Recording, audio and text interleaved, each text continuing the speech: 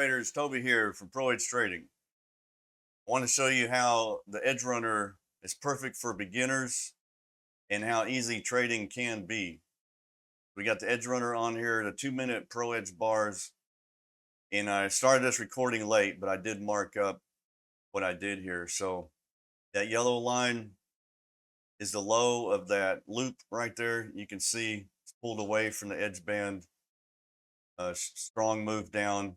It pulled back, left us a close below that yellow line, and you can see my entry is just above that. It's like 10 ticks above that because we're going for 20 ticks on the Y. And at this point, I've already hit it, and obviously I'm in a really good runner. You don't usually get runners like that, but that's what we're in right there. And earlier I had taken the same exact type of trade on the RTY. It's marked out for you. The yellow is our low. First close below it. And I got in, we're going for 14 ticks. I got in around 7 ticks above that close, below the low, below that yellow line. In that trade, I didn't get a runner, not a very good one. It hit target. I tried to get a runner out of it, but it wasn't having it. I got lucky on the Y. It just keeps going. And as you're going to see, it just keeps going and going and going. And the RTY was close. I just got hit. I was a little tight on my runner. Otherwise, I'd still be in it. But you'll see the MNQ and the MES at this point were just not as clean. You know, they didn't have really clean moves I really wanted to get into.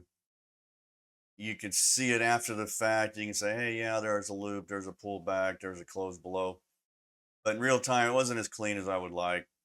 So I stuck with the Y and RTY, both made really clean ones, looped out, got good pullbacks.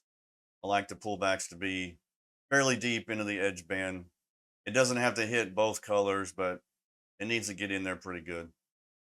And that's what I consider a, kind of close the loop. And then I look for a short or a close below the low that was made by that loop.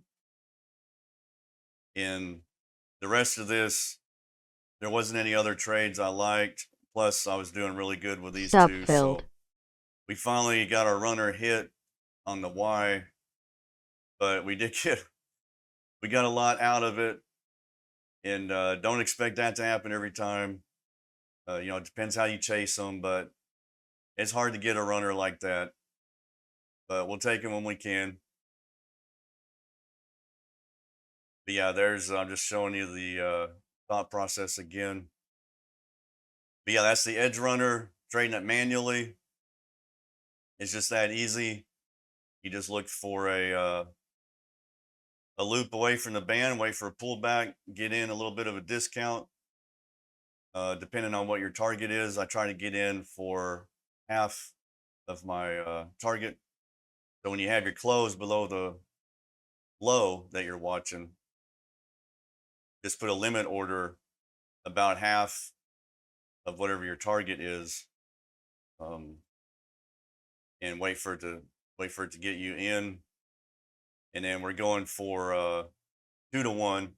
So I was going for 20 ticks on the Y with a 40 tick stop, 14 ticks on the RTY with a 28 tick stop. And these two trades just, hit profit target really quick. But yeah, that's manual trading the EdgeRunner. Use that method. It's really, really easy to do. Yeah, you just let the EdgeRunner do the heavy lifting.